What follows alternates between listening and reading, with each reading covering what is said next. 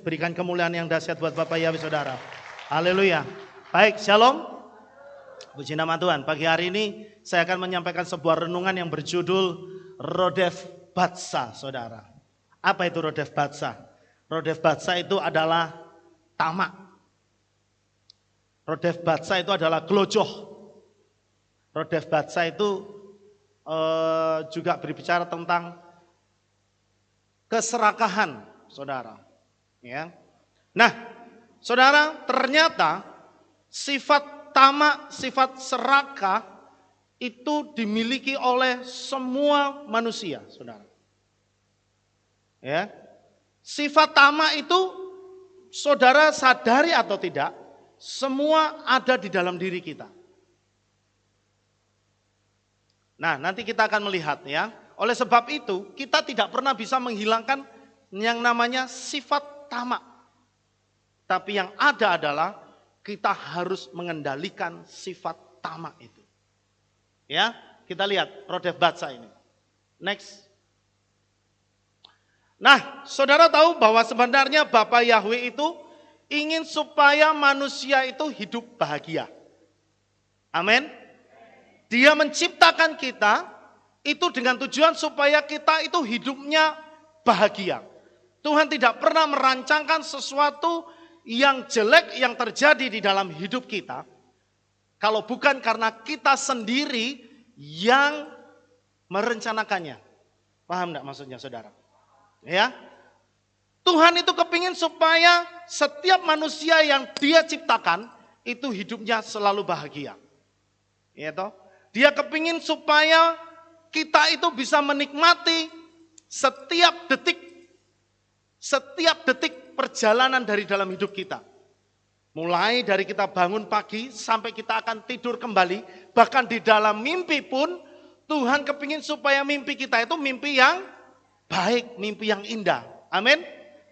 Ya, itulah tujuannya Bapa Yahweh, saudara. Nah, itulah sebabnya kenapa Tuhan menaruh Adam dan Hawa di dalam sebuah taman yang sebelumnya sudah dilengkapi. Kenapa Tuhan menciptakan Adam dan Hawa di hari yang ke-6? Supaya apa, saudara? Supaya manusia itu cuma tinggal menikmati. Artinya Tuhan itu sebenarnya kepingin ketika manusia itu hadir di muka bumi ini, dia hanya menikmati fasilitas yang Tuhan kasih. Betapa baik dan dahsyatnya Bapa Yahweh itu, saudara. Amin. Semua yang dia ciptakan itu adalah tujuannya untuk supaya dapat kita nikmati. Adam dan Hawa diciptakan hari ke-6. Kenapa? Karena hari pertama Tuhan setting dulu. Hari kedua Tuhan benahi dulu, diatur. Kenapa? Karena dikatakan di situ bumi itu bahkan tidak berbentuk, saudara. Dan Tuhan tahu itu manusia tidak akan mampu hidup di dalam kondisi yang seperti itu. Dia ciptakan, dia tata, dia bentuk taman itu dengan sedemikian rupa indahnya. Sehingga Adam dan Hawa itu hadir, yang ada dia tidak perlu lagi mengolah dan mencari makanan. Yang ada adalah dia tinggal pilih hari ini dia mau makan buah apa. Kan begitu toh ceritanya ya? Betul ya saudara ya? Hari ini dia kepingin makan buah apel, dia tinggal cari buah apel. Dia tinggal panen buah apel. Hari ini dia kepingin makan buah stroberi, dia tinggal petik buah stroberi. Artinya dia tidak perlu lagi mengolah, menanam, menaruh bibit, menyirami supaya dia dapat makan. Enggak. Nah itulah tujuannya Bapa Yahweh untuk hidup kita sebenarnya. Supaya apa? Kita itu tinggal menikmati. Terus. Nah, pada dasarnya Tuhan tidak ingin manusia bersusah payah dalam mendapatkan makanan. Bapa Yahweh hanya ingin manusia menikmati semua yang sudah diciptakan. Sampai si nahas ya, atau si setan itu tahu sifat dasar manusia. Yaitu apa? Tamak, saudara. Rodef Batsa. Ya kan? Si setan datang sama si Hawa. Betul ya? Bilangin nanti kalau kamu makan buah ini, kamu bisa jadi seperti Elohim. Saya katakan, ketika si Hawa itu, Adam dan Hawa itu mengambil keputusan untuk memakan buah itu, coba saudara renungkan. Apa yang menjadi dasar untuk dia kepingin makan buah itu? Kalau bukan rasa dasar, karena ada perasaan tamak. Kenapa saya katakan tamak? Sebenarnya dia tidak perlu lagi berpikiran seperti itu. Karena Tuhan sudah sediakan semua buat mereka. Amin. Tapi karena selalu ingin lebih. Selalu ingin lebih. Dan itu yang saya katakan yang selalu ada di dalam diri kita semua.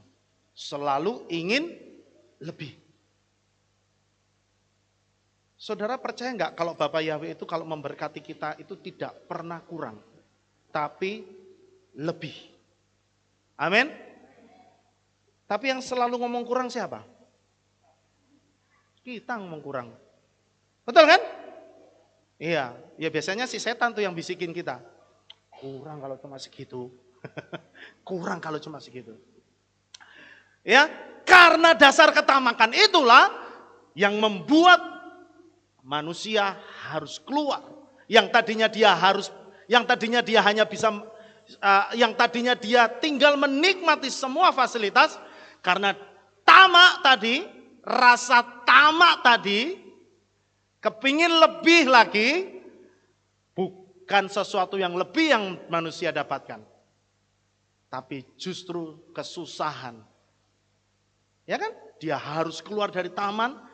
Tuhan bilang kamu harus mengolah tanah yang sudah terkutuk itu. Ya, berapa banyak manusia sebenarnya Tuhan sudah berikan yang terbaik, tapi dia pilih jalan yang membuat dia dirinya sendiri susah, saudara. Kenapa? Karena tamak. Dan pagi hari ini, ya, pagi hari ini saya ingin mengingatkan bahwa pada dasarnya sifat tamak itu tidak pernah kita sadari ada di dalam diri kita. Ya. Sifat tamak itu ada di dalam diri kita. Terus. Nah. Jadi setiap manusia itu punya sifat tamak. Tidak bisa dihilangkan. Tetapi yang ada sifat tamak itu harus dikontrol, saudara. Orang itu selalu punya pikiran kalau bisa punya dua, kenapa punya satu? Oh bisa punya kesempatan punya dua, kenapa bisa cuma punya satu? Nanti ketika sudah punya dua, kalau bisa punya 5, kenapa punya 2? Saya mau tanya, perasaan seperti itu ada nggak di dalam diri kita? Ada ya? Nah itu sebenarnya adalah sifat tamak, saudara. Tinggal sifat tamak itu dapat kita kontrol atau tidak. Ya. Karena ini sifat yang memang saya katakan dosa yang pertama yang dialami oleh Adam dan Hawa itu tamak, saudara. He want more and more. They want more and more. Mereka ingin lagi dan lagi. Lebih lagi, lebih lagi. Kalau bisa lebih lagi, lebih lagi. Itulah sebabnya muncul penyakit diabetes, kolesterol, asam urat, darah tinggi. Karena apa? Betul nggak? Ya kan? Makan 1 masih kurang. 2 masih kurang. Terus diabetes, saudara. Ya kan? Yuk, terus. Nah, tamak itu kayak candu, saudara. Tamak itu kayak candu. Karena perasaan yang muncul itu di dalam dirinya itu adalah kepingin lagi dan lagi. Itu tamak. Ya kan? Dia sulit dihilangkan sampai pelakunya itu atau orang yang tamak itu punya tekad dan kemauan kuat untuk mengontrolnya. Cukup begitu. Artinya tidak memuaskan hawa nafsunya, tidak apa? Apa istilahnya? Mengumbar, tidak mengumbar hawa nafsunya. Itulah sebabnya firman Tuhan bilang, kenapa doa kita tidak terjawab kadang-kadang? Karena setiap doa yang kita naikkan, itu tujuannya hanya untuk memuaskan hawa nafsu kita. Nah itu yang Tuhan tidak suka. Ya, coba kita cross check. Ya, berapa banyak saudara yang berdoa, bergumul, ternyata saudara renungkan. Bukan untuk kebaikan Tuhan, tapi cuma kebaikan diri saudara sendiri semata. Tuhan nggak mau. Hanya untuk memuaskan hasrat kita. Tujuannya kita itu diberkati oleh Bapa Yahweh. Tujuannya Tuhan memberkati kita, itu kan supaya kita itu bisa memberkati Tuhan dan memberkati sesama kita. Tapi kalau yang kita minta sama Tuhan cuma untuk kita terus, pikirannya pokoknya untuk kita, saya pikir jangan harap saudara akan mendapatkannya. Karena itu sudah kategori apa? Tamak. Coba saudara renungkan nih. Kalau saudara punya visi dan impian, saudara berdoa. Ya. Kalau saudara tidak punya getaran untuk rindu memberikan sesuatu yang besar buat Tuhan dan orang lain, tapi getarannya itu cuma memuaskan hasrat saudara, nah hati-hati, doa yang kayak gitu biasanya nggak kejawab tuh. Ya, makanya saudara kalau berdoa nih, saudara mulai merenung nih, keinginanku ini, ya,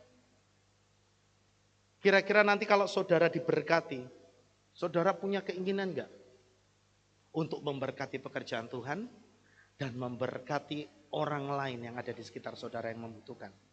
Kalau getarannya belum sampai, ya biasanya enggak kejawab tuh. Kenapa? Karena kategorinya apa? Tamak. Saudara minta sama Tuhan untuk saudara habiskan, memuaskan hawa nafsu kita sendiri. Itu tamak. Seperti orang yang berjudi, ketika dia menang di awal, maka dia semakin memiliki keinginan untuk dapat lebih. Biasanya nih, kalau orang, ya saya belum pernah pergi ke tempat kasino, saudara. Tapi saya pernah diceritani oleh Bapak Gembala, ya waktu ke Amerika, ke Las Vegas. Itu kalau orang ke sana, katanya meskipun kita nggak bawa duit, atau kita nggak punya keinginan untuk berjudi, itu biasanya kalau kita lewat di depan kasino, itu ditawarin koin, saudara. Kasih koin gratis. Tujuannya untuk apa, saudara? Untuk, iya mancing, pasti mancing ya. Tujuannya untuk menarik kita nyoba nih. Nah akhirnya karena kita dapat koin gratis, apa dalam pikiran kita? Wong ini gratis kok, ya kan? Sopo ngerti untuk jackpot, ya kan? Kalaupun nggak dapat ya sudah nggak hilang kan, gitu kan? Masuk aja. Nah, jebakan setan tuh memang selalu begitu kebanyakan. Pertama, saudara masukkan satu koin, wih menang. Loh kok menang ya? Aku kok hoki ya? Wah lumayan dapat balen toh. Cuan nih. Masukkan lagi. Sampai kira-kira 2-3 kali menang, saudara semakin semangat. Sadar nggak sebenarnya itu sikap tamak yang muncul. Itu memang cara setan, saudara. Begitu kita sudah mulai kelihatannya menang banyak, dibikin habis kita. Dan itu fenomena yang terjadi di rata-rata di orang-orang yang berjudi, saudara. Dikasih menang di awal, dihabisin di belakang. Ya kan? Ya kan? Kenapa? Karena setan tahu kelemahan manusia itu ada di dalam sikap tamaknya. Dari pagi hari ini saudara, saya ingin mengajak saudara untuk kita itu bisa mengontrol sikap rasa tamak kita itu. Setiap orang punya rasa tamak. Itu tidak bisa dihilangkan. Ya, tapi yang ada haruslah dikendalikan. Terus sifat orang yang mencerminkan keserakahannya atau tamak itu biasanya terlihat kalau pas di pesta, saudara. Ini contoh. Ya, saudara perhatikan aja deh. Itu, jangan-jangan itu saudara. Ya, ketika di pesta, biasanya pesta prasmanan itu kan makanannya macam-macam ya saudara ya. Wah, nyenengke. Ada ayam goreng, ada nasi goreng, ada apa lagi? Bakmi goreng, apa lagi? Sate, gulai, capcay, lontong. Wah, macam-macam wis. Ya kan? Biasanya di rumah kita cuma jangan bening sama jangan asem. Wah, di pesta itu kita kapan mana ya? Kapan mana begitu lihat, wah, kan? Langsung mulai dari ujung sini sampai ujung sana dirata nih saudara. Wah, ambil semua, ambil kabeh. Wah, ambil sampai piringnya itu sampai koyok gunung. Ya kan? Tapi ternyata nggak mampu dihabiskan. Nah, itu menurut saudara kira-kira kategori orang apa? Rakus, tamak, glojo. Itu kira-kira baik gak sih? Gak baik. Tapi itulah yang terjadi, betul gak? Berapa banyak orang buang-buang makanan di pesta? Berapa banyak saudara lihat piring yang bekas itu, yang berceceran itu, isinya masih banyak. Masih kadang-kadang perkedelnya disisain, ya kan? Tempenya disisain, gak dimakan, tapi dia ambil saudara. Ya kan? Terus ada lagi orang yang bawa tas kresek. Ada nggak ya begitu? Pernah lihat nggak? Banyak, ya. Wah, sanggung kantong kresek saudara. Masuk ke gitu ya. Meskipun katanya saya mendengar ada budaya sebuah daerah yang begitu. Jadi sebuah pesta dipersiapkan, makanannya dibikin lebih supaya pengunjung tamu pestanya itu bisa bawa pulang makanan pesta itu. Ya monggo-monggo aja kalau memang itu sudah dipersiapkan. Tapi kalau menurut saya nih, kalau menurut saya, saudara jangan deh punya budaya seperti itu. Ya, wong kita itu diajar kita itu sebagai orang yang kaya. Amin. Mental orang kaya itu enggak begitu, saudara. Mental orang kaya itu elegan. Enggak ngisi-ngisi nih. Kalau datang ke pesta itu enggak kayak orang yang baru keluar dari hutan itu loh, saudara. Ya, elegan. Orang kaya itu perhatikan. Orang kaya itu kalau datang ke pesta dia elegan. Makan ambil secukupnya. Kalau habis kurang nambah lagi. Betul ya? Itu mental orang kaya, saudara. Kenapa? Dia berpikir begini, nang kene kentean mangan nang jobo. Betul ya? Tapi nih orang yang mentalnya miskin, kapan maneh? Ya, entek bungkus. Itu sifat tamak, saudara. Satu lagi, ada yang modelnya gini. Modelnya begini. Dia ngambil sesuatu yang kira-kira dia suka. Ngambil nih. Habis itu mandek di situ, saudara. Oh, enggak jalan. Itu padahal tempatnya orang untuk jalan ngambil makanan. Tapi dia mandek di situ. Kayak makan di situ ya. Jadi orang lain yang mau ngambil itu kan sungkan ya. Waduh, lah kok wis dicup nggone. Wah, wis lewat wis ya kan? Wah. Jadi saudara, ini yang kayak gini, yang kayak gini ini, itu sudah kelihatan. Mentalnya orang miskin. Mental orang miskin itu serakah, saudara. Ya, Oleh sebab itu, ayo kalau ada yang seperti itu, bertobat. Mau saudara? Enggak ini, saya percaya ya, saudara semua itu mentalnya sudah mental orang kaya. Ya, iya kasih tepuk tangan buat Bapak Yahweh. Terus, nah orang yang tamak itu pasangannya, sifat orang tamak itu pasangannya dengan sifat orang kikir. Tamak itu pasti pasangannya dengan pelit. Orang kalau sudah tamak itu mesti pelit. Iya saudara, orang kalau sudah tamak itu mesti pelit. Makanya saudara, kalau hari ini saudara diajar untuk saudara itu memberi, punya mental memberi, itu sebenarnya saudara sedang diajar oleh Bapak Gembala untuk benar-benar mempercepat diri saudara jadi orang kaya. Ya, kenapa? Hanya mentalnya orang kaya yang sanggup memberi. Memberi itu tidak harus nunggu, no Tuhan saya janji kalau saya punya uang 1 miliar, nanti saya kasih 10 juta. Enggak usah nunggu itu. Orang yang mentalnya kaya, ya, itu enggak usah nunggu seperti itu. Apa yang dia miliki dia bisa berbagi saudara. Tapi orang kalau sudah tamak, itu pasti pasangannya pelit. Ya, perhatikan. Kenapa? Orang yang tamak itu tidak mau berbagi alias pelit. Dia tidak peduli dengan keadaan sekitar yang membutuhkan. Enggak peduli dia. Ya.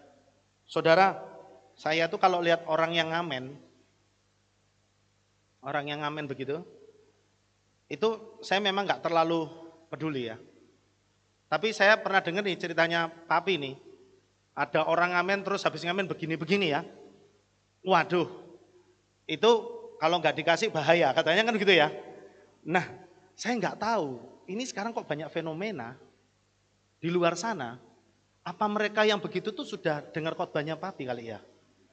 Iya betul saudara, saya lihat tuh pengamen-pengamen di luar sana di daerah Jogja itu cuma begini-begini di depan ini ya. Jadi dia modelnya itu bukan langsung di depan, di pinggir mobil kita, tapi di depan begitu, dia nyanyi begitu, habis itu langsung begini. Wah begini-begini. Wah saya kalau sudah langsung begitu, wah ini bahaya kalau nggak dikasih ini. Saya langsung mikir, wah ini jangan-jangan ini subscribernya Lukas Sutrisno ini. Benar saudara, saya lihat itu bukan satu loh. Ya, ada mungkin 3-4 orang yang begitu. Aku mau kok ngerti ya wong iki ya. Ning ngene ya dhewe harus ngasih. Ya, yang mana enggak mau harus kasih saudara. Maksudnya begini sih. Ya kita belajar berbagi. Amin. Kadangkala kalau saya makan di sebuah warung dan saya lihat saya belajar dari hal-hal yang kecil. Saya ngomong begini bukan berarti mau pamer kalau saya baik, bukan, tapi saya mau belajar gitu. Karena banyak orang di luar sana yang tidak percaya Bapak Yahweh tapi mereka mempraktekkan hal yang baik dan hidup mereka diberkati. Saya kadang-kadang makan di warung gitu, kalau saya lihat itu ada orang yang ya seperti pengamen, mereka cuma duduk datang dan mungkin dia hanya pesan minum, saya tawarin, sudah makan belum mas? Gitu. Kalau dia cuma cengir itu, mesti belum makan saudara, ya kan? Saya bilang sama ibunya, Bu, ini dipesan ke 1, saya bilang gitu. Oh nggak usah mas, nggak usah. Gitu. Kadang-kadang kan orang kalau budaya Jawa kan gitu ya, sungkan malu-malu, nggak usah mas, nggak usah. Nah, gitu ya. Tapi saya bilang sudah, biar kuat, saya bilang gitu, kuat menjalani hidup. Nah, maksud saya begini saudara, belajar dari hal-hal yang kecil. Kenapa? Karena kalau kita itu sudah mempraktekkan, melakukan sesuatu yang baik buat orang lain, hati kita itu bisa bergetar, saudara. Ya, bergetar apa? Saudara bisa merasakan bahwa terima kasih Tuhan, Engkau sudah memberkati saya bisa makan yang enak. Orang itu belum tentu bisa makan enak tiap hari. Itu langsung bisa muncul di dalam alam pikiran dan hati saudara. Makanya belajar mulai peduli dengan orang lain. Untuk apa? Supaya kita itu tidak terbiasa hidup di dalam kondisi yang pelit. Tidak peduli dengan orang lain itu pelit, saudara. Ya, menghamburkan uang dengan membeli sesuatu demi menaikkan gengsi. Itu kategori orang tamak, saudara. Boleh nggak beli barang yang mahal? Boleh. Kalau saudara duitnya ada. Kalau saudara artinya memang membutuhkan, begitu. Membutuhkan. Tapi banyak orang di luar sana, dia bela-belain beli barang yang mewah-mewah untuk menaikkan gengsinya. Di sebuah negara di Afrika, salah satu negara di Afrika, itu ada sebuah kebudayaan, saudara. Ini kebudayaan yang aneh. Orang-orang yang bukan orang kaya loh. Orang yang biasa-biasa, mereka setiap hari itu sewa baju. Sewa baju. Jadi di sana pun ada sebuah toko, itu menyewakan baju-baju mewah. Jas-jas yang bermerek, begitu ya. Sepatu-sepatu yang bermerek, itu disewakan. Ada yang dibayar harian, ada yang dibayar bulanan, mingguan, terserah yang menyewa. Dan banyak orang-orang itu mereka menyewa, menghamburkan uang, bahkan sampai ada yang menggadaikan rumahnya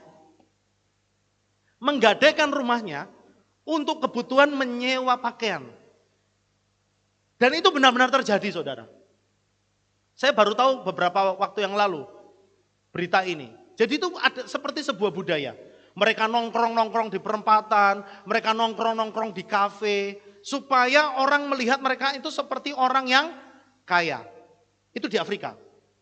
Tapi ternyata itu belum tentu orang kaya. Mereka cuma nyewa baju itu. Ya, tapi mereka membelani gitu. Mereka membelani melakukan itu. Sampai ada yang menggadaikan rumah mereka. Demi sebuah gengsi, saudara. Itu kategori orang tamak. Itu kategori orang serakah. Ya. Serakah untuk apa? Serakah untuk mendapatkan kehormatan. Menghalalkan segala cara untuk mendapatkan sesuatu. Itu tentu kategorinya tamak. Berusaha untuk mendapatkan kekayaan atau kehormatan, tapi dengan cara yang tidak benar.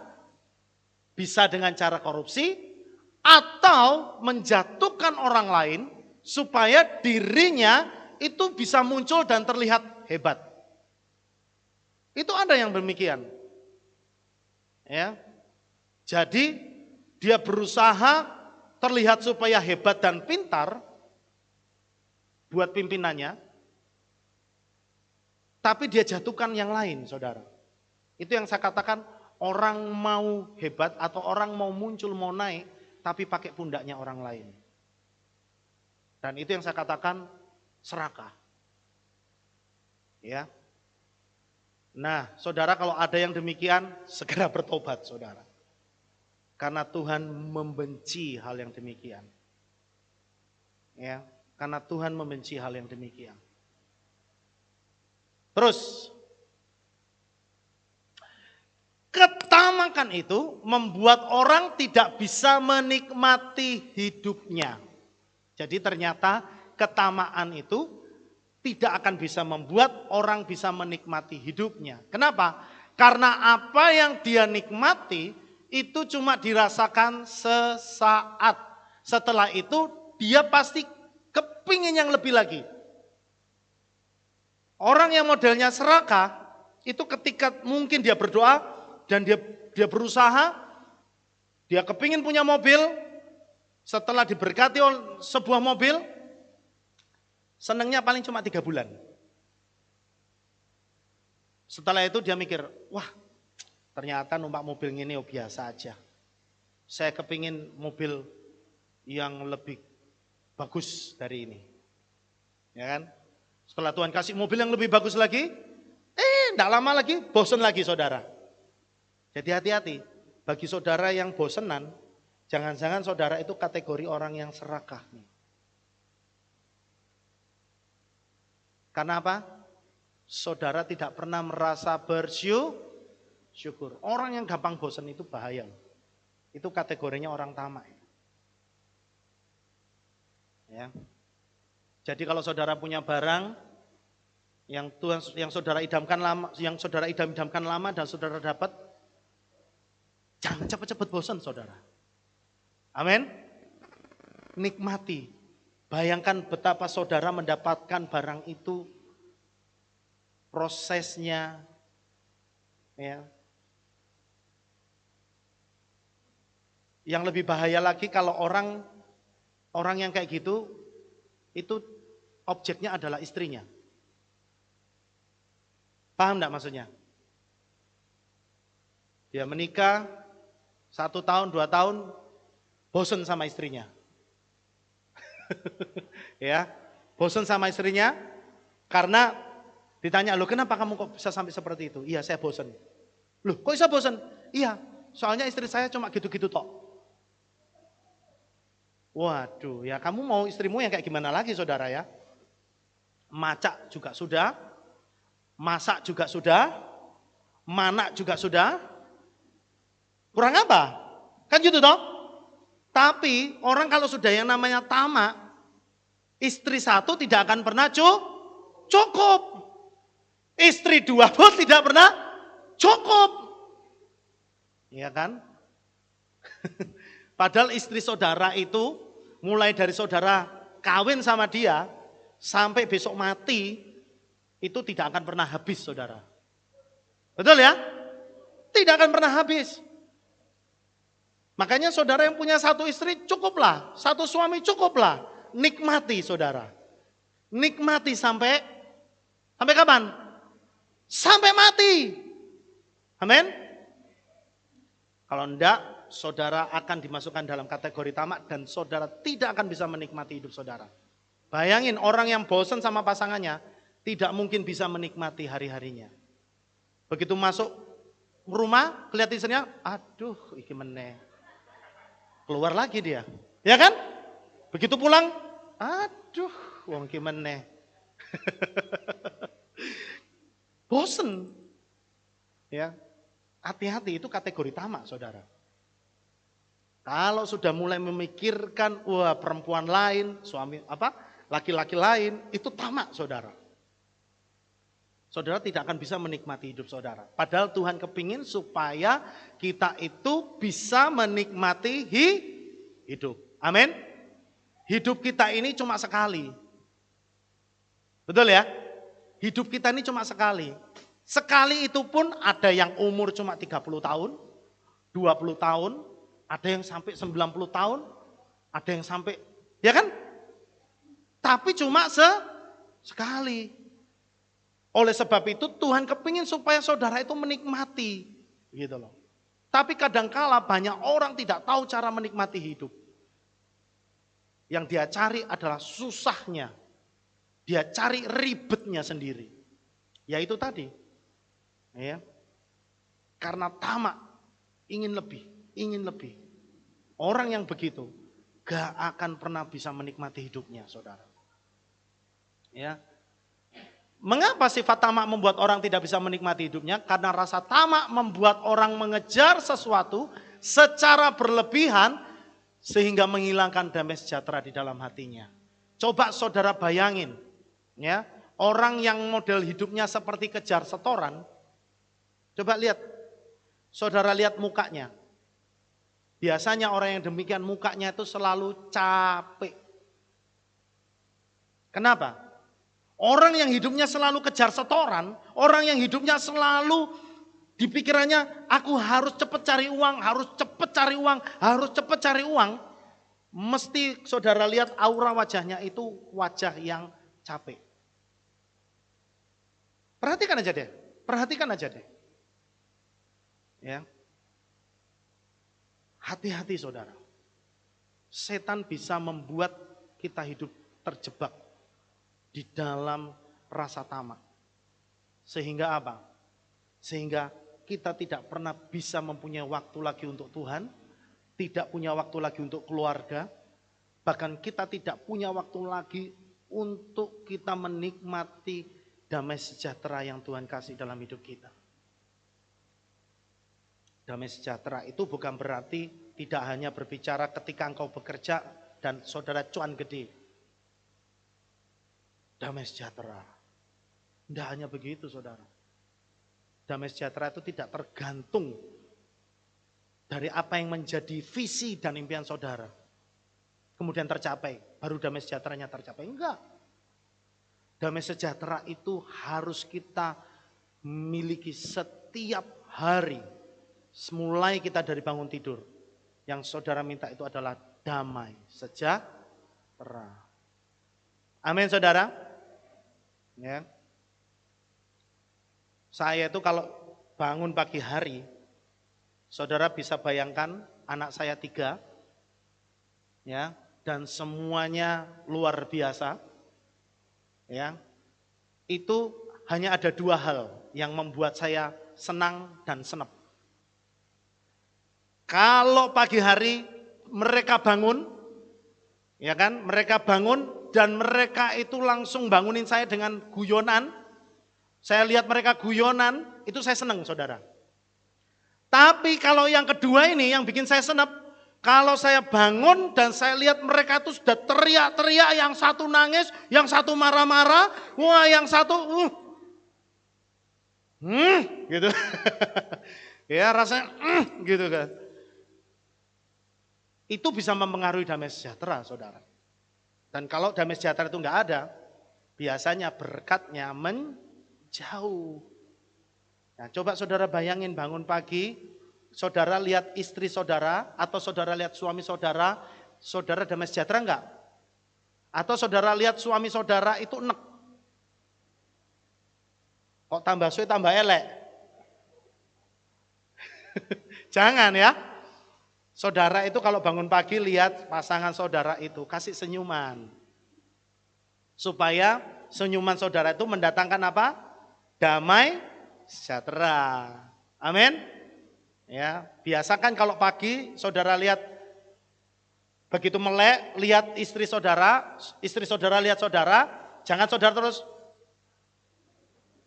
begitu, tapi kasih senyuman gitu saudara.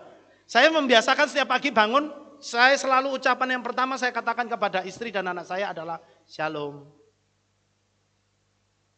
Siapa yang sudah pernah praktek? Loh, mulai hari ini praktek, mulai besok praktek ya saudara ya. Mau? Halo bapak-bapak, ibu-ibu? Mau ya? Bangun pagi, begitu saudara ketemu, jangan ngomong sandal kundi. Halo? Yang saudara ucapkan pertama kali kepada istri dan suami saudara atau anak saudara atau orang tua saudara itu adalah kata Shalom. Wah, gak enak ya, isin. Gak biasa. Biasakan saudara. Bisa enggak? Mau enggak? Kenapa dengan saudara ngomong Shalom, saudara itu berarti memberkati. Loh, saudara mau enggak hidupnya diberkati? Mau enggak hari-hari saudara dipenuhi dengan berkat? Nah, mulai dengan kata-kata berkat. Shalom. Belajar ya. Begitu bangun pagi, besok pagi lihat suami saudara langsung Shalom Pak. Kan enak toh? Wah, biasanya gitu uang belanjanya naik mesti. Amin. Ya kan? Nah, gitu. Jadi, ayo kita sama-sama menikmati hidup ini karena Tuhan mau supaya kita itu menikmati hidup. Amin saudara. Terus, adakah orang yang bekerja lembur untuk mendapatkan pendapatan lebih, meskipun saat itu hasilnya sudah cukup bahkan banyak, tapi ada damai di dalam hatinya? Enggak. Kalau ada orang yang demikian, tidak mungkin ada damai sejahtera di dalam hatinya. Ya. Banyak orang selalu merasa kurang James. Padahal yang dia dapatkan sudah banyak saudara. Berapa banyak saudara punya usaha, saudara punya toko, tapi saudara nggak pernah libur. Saudara habiskan satu tahun 365 hari toko saudara nggak pernah tutup. Bayangin saudara. Orang yang saya lihat, orang yang seperti itu, tidak pernah mereka bisa menikmati hidupnya. Bisa dipakai uangnya. Bisa kelihatannya menikmati hidupnya. Tapi biasanya duitnya dihabiskan di rumah sakit. Kenapa? Karena habis capek tubuhnya ini dibuat kerja. Jadi dia nggak kerasa. Tahu-tahu tubuhnya jadi sakit. Ya udah dinikmati di rumah sakit. Pergi ke Singapura, tapi di rumah sakit. Enak nggak kira-kira saudara? Ya nggak enak meskipun saudara pergi mana? New Zealand. Tapi nginepnya di rumah sakit. Gak enak saudara ya. Gak enak saudara. Tapi saya pikir banyak loh orang di luar sana itu bangga begitu ya. Wah saya pergi ke Cungkuok. Ngapain? Berobat. Wah. Saya pikir gak keren saudara. Percuma kamu kerja lembur siang malam. Duitmu habis buat gituan. Ya, nikmati. Ya. Terus orang yang memiliki sifat serakah itu selalu berpasangan dengan sifat kikir yang saya ngomong tadi. Mengapa? Karena orang yang serakah atau tamak itu akan selalu berpikir kurang untuk dirinya. Sehingga dia tidak memilih pemikiran untuk bisa berbagi dengan orang lain. Jadi kalau kita masih tidak suka berbagi, jangan-jangan saudara masih punya sifat yang tamak. Itu berbahaya. Berbahaya saudara. Nanti kita akan lihat. Ya. Terus, berapa banyak orang yang jatuh sakit karena tadinya terlalu banyak waktu dan tenaganya habis dalam bekerja. Ini orang tamak saudara. Orang Israel ketika dia ada di padang gurun, Tuhan kasih mana satu hari berapa kali? Sekali ya, untuk dimakan hari itu. Ya kan? Itu untuk dimakan besoknya. Betul ya? Berapapun mereka ambil, yang lain akan jadi busuk. Karena Tuhan kasih jatahnya satu mangkok. Tetapi ketika mereka memasuki hari Sabat, dikasih berapa saudara? Kasih 2. Double porsi. Betul ya? Betul ya? Meskipun mereka ngambil lebih tetap dikasih double porsi. Kasih 2. Maksudnya apa saudara? Saudara nggak perlu ngejar itu duit. Bapak Yahweh sudah sediakan. Amin. Ya, makanya kita diajar beberapa waktu yang lalu. Kalau kita berdoa, kita ngomongnya apa? Terima kasih Bapak Yahweh untuk titipan kekayaan yang kau berikan kepada saya. Artinya apa sih saudara? Artinya, kalau saudara itu memang orang yang bisa dipercaya oleh Bapak Yahweh, mesti Tuhan kasih lebih. Amin. Gak usah saudara sampai ngejar kepala jadi kaki, kaki jadi kepala. Saudara akhirnya gak bisa melayani Tuhan. Saudara gak punya waktu untuk beribadah. Untuk saudara kejar uang, gak akan dapat. Uang saudara akan jadi ulat. Halo? Kayaknya saudara gak percaya nih yang saya ngomongkan. Hah? Percaya gak saudara? Iya. Jadi saudara, saya ngomong, gak usah dikejar uang itu. Ya, saudara kerjakan bagian saudara dan Tuhan sudah siapkan berkat yang spesial buat saudara. Amin. Kenapa?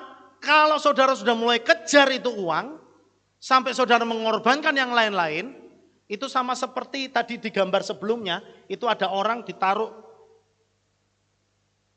kayu, terus di depannya ada uangnya, dia kejar itu. Kira-kira orang itu akan bisa dapat duitnya enggak? Enggak. Kemana dia pergi ya uangnya selalu di depan. Itu namanya PHP. Apa PHP? Pemberi harapan palsu. Itu setan. Itu tamak. Pemberi harapan palsu saudara. Terus 1 Timotius 6 ayat 10 ini ayat yang populer. Dikatakan sebab akar segala yang jahat itu apa? Cinta uang. Bukan berarti kita itu tidak boleh bekerja mencari uang. Tetapi ketika saudara sudah cinta terhadap uang, itu yang bisa menimbulkan ketamakan. Itu yang bisa menimbulkan kejahatan. Karena cinta uang orang bisa timbul sesuatu yang jahat. Karena cinta uang orang bisa korupsi. Karena cinta uang orang bisa menjatuhkan orang lain supaya biar bisa dapat lebih. Ya. Mereka telah disesatkan dari iman dan telah menyiksa dirinya sendiri dengan berbagai kepedihan. Jadi orang yang cinta uang itu sedang menyiksa dirinya sendiri, makanya dia tidak bisa menikmati hidup. Nah, renungkan kita masuk dalam kategori yang mana? Saudara, kita itu tidak boleh bekerja untuk uang. Loh, kok aneh? Iya. Mengapa? Karena kalau kita bekerja untuk uang, berarti uang itu akan menjadi tuan kita. Coba berpikir saudara. Jangan bekerja untuk uang. Kenapa? Kalau saudara bekerja untuk uang, saudara akan menjadikan uang itu menjadi tuan saudara. Dan dia akan menjadi tuan yang jahat. Kita akan diperas sampai habis semuanya. Ya, habis semuanya itu habis kesehatan kita, habis sukacita kita. Coba deh saudara perhatikan. Ya. Buka toko terus tiap hari. Buka toko terus tiap hari. Nggak usah mikir saudara, sekali waktu saudara perlu jalan-jalan ke refresh. Nggak usah. Terus saudara cari duit. Buka toko terus. Saudara nyeles terus. Nyeles terus. Ambruk saudara nanti. Ya kan? Kenapa? Karena saudara nggak sadar saudara itu sedang bekerja untuk uang. Fokus saudara adalah untuk uang. Oleh sebab itu saya katakan jangan bekerja untuk uang. Ya, terus kita lihat. Tapi kita harus bekerja untuk Tuhan. Ya, kenapa? Begini saudara. Kolose 3:23 mengatakan begini. Dan segala apapun yang kamu lakukan, kerjakanlah dengan segenap jiwa, seperti kepada siapa? Tuhan. Bukan kepada manusia. Maksudnya apapun yang saudara kerjakan, itu saudara kerjakan dengan sukacita dan tulus hati. Jangan mengerjakan sesuatu yang saudara tidak sukai. Kenapa? Kalau saudara mengerjakan sesuatu yang tidak saudara sukai, maka apa yang saudara kerjakan itu akan menjadi beban dan penderitaan saudara. Bayangin saudara bangun tiap hari, itu cuma karena berpikiran, bukan karena untuk memenuhi kebutuhan hidup, aku wegah melakukan ini. Ada nggak yang punya, yang mengalami pikiran seperti itu? Ada nggak kira-kira saudara? Orang yang mengalami seperti itu. Iya kan? Ada ya yang curhat ya. Kalau saja ini bukan karena aku tuh butuh duit. Aku wegah mengerjakan ini. Nah saudara. Itu karena orang bekerja untuk uang. Dan hidupnya pasti penuh dengan siksaan. Penderitaan. Dia tidak pernah bisa memiliki damai sejahtera dan sukacita. Bayangin karena apa? Yang dia kerjakan bukan sesuatu yang dia sukai. Sehingga dia tidak punya hati di situ. Gitu. Malah bahkan kalau orang yang sudah demikian, kalau bisa dia cari jalan pintas untuk sekali dia mengerjakan pekerjaannya dan dia meraup keuntungan sebanyak-banyaknya. Supaya apa? Supaya dia nggak perlu lagi kerja di situ. Kenapa? Orang yang bekerja dengan hal yang tidak disukainya, pasti orang itu tidak akan suka dengan prosesnya. Sampai di sini paham enggak saudara? Ya. Saya kasih contoh, saya suka jalan-jalan saudara. Nah ini mungkin saudara bolak-balik dengar ini. Tapi biar saudara ngerti maksud saya. Saya suka jalan-jalan. Saya sama Elis itu suka jalan-jalan. Bahkan karena pandemi ini, karena nggak bisa keluar negeri, ya kita dalam negeri saja. Bahkan di dalam Magelang saja. Ya. Tapi pokoknya intinya jalan-jalan. Saudara bisa bayangin ketika saya mengatur atau mengarrange sebuah perjalanan grup ke Israel atau kemanapun, saya melakukannya dengan Elis itu sukacita. Setiap detail yang kita kerjakan itu saya nikmati. Bahkan sampai saya nggak tidur itu karena saya nikmati, bukan karena beban. Enggak. Keuntungan buat saya itu nomor 2. Cuan itu nomor 2. Saya melakukan dengan segenap hati dengan tujuan adalah supaya orang yang saya ajak jalan-jalan ini hatinya senang, diberkati. Itu tok. Makanya saya bisa mengerahkan segala tenaga dan pikiran saya bersama dengan Elis untuk memberikan yang terbaik. Begitu maksudnya. Itu yang dimaksud dengan kita mengerjakan itu sesuatu untuk mengerjakan sesuatu itu seperti untuk Tuhan. Itu seperti itu maksudnya. Kita kan dituntut kalau kita melayani Tuhan, melayani dengan sepenuh hati. Amin. Nah kalau kita mengerjakan sesuatu, biarlah itu yang kita kerjakan itu sepenuh hati. Bukan karena tuntutan supaya saudara takut gak makan. Kenapa Tuhan ajarin begitu? 1, supaya apa yang saudara kerjakan itu pasti menghasilkan sesuatu yang terbaik. Kalau saudara kerjakan dengan hati yang sungguh-sungguh, dengan pikiran yang sukacita, apa yang saudara kerjakan itu karyanya pasti the best.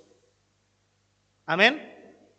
Tapi beda lagi kalau itu cuma karena tuntutan, saudara tidak akan mampu memberikan yang terbaik. Ya. Nah, untuk itulah uang itu harus bekerja untuk kita. Amin, saudara. Saudara percaya enggak kalau uang itu bisa bekerja buat saudara? Percaya ya? Itu yang Tuhan sedang kerjakan sebenarnya.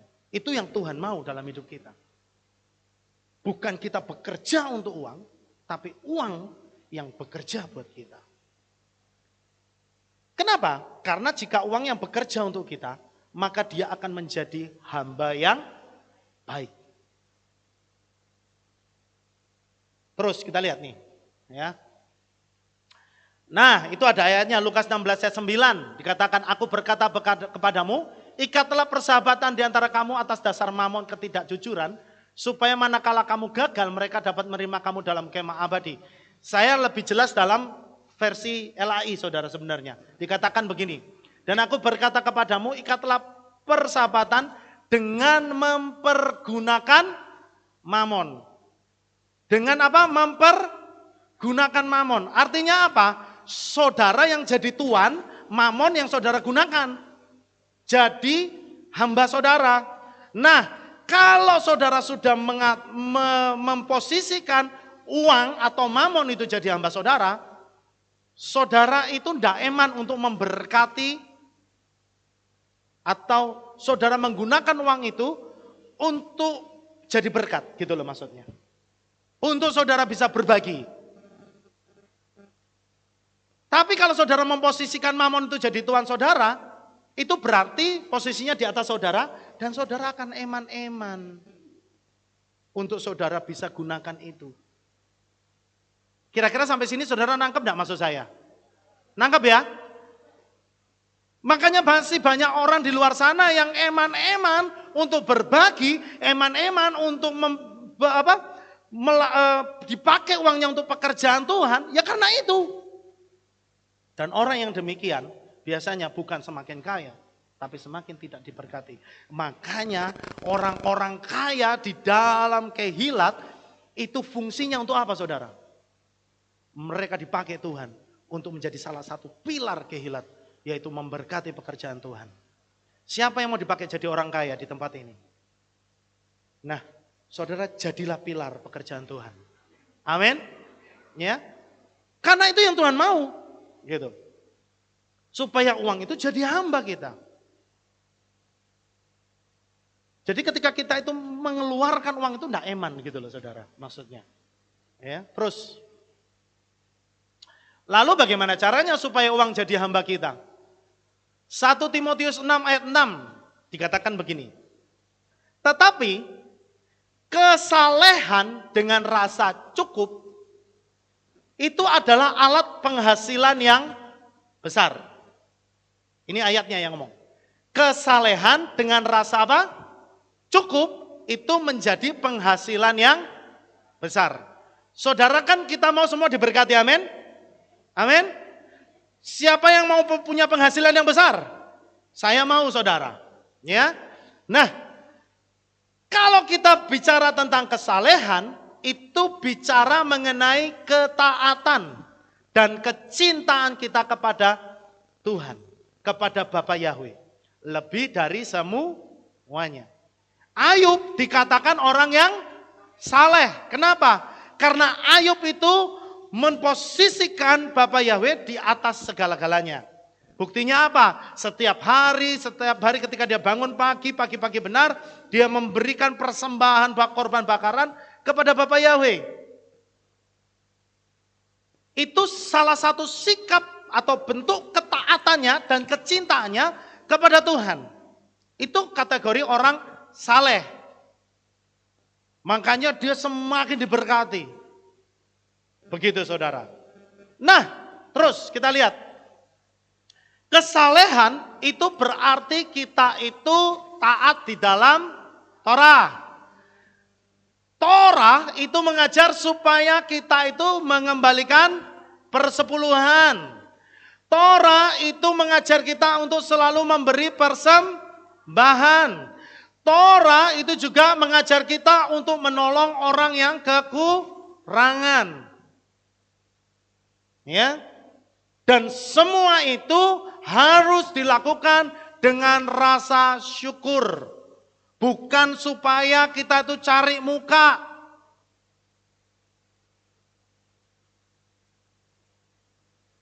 Hari gini saudara, saya masih bisa melihat orang-orang kalau nyumbang, wah mintanya harus dipampang namanya saudara. Tulis nama saya ya. Tapi saya itu angkat jempol kepada semua saudara ya di tempat ini. Kita punya, Bapak Gembala punya proyek rumah bahagia. Dan saya lihat antusias jemaat di sini.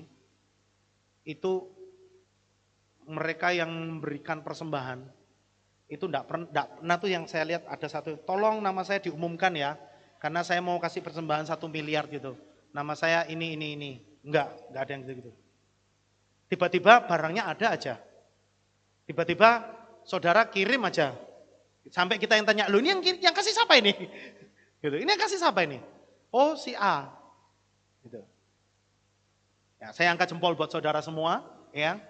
Dan saya percaya apa yang menjadi persembahan saudara untuk rumah bahagia, untuk pekerjaan Tuhan, Tuhan akan mengembalikan beratus-ratus kali lipat buat saudara. Amin.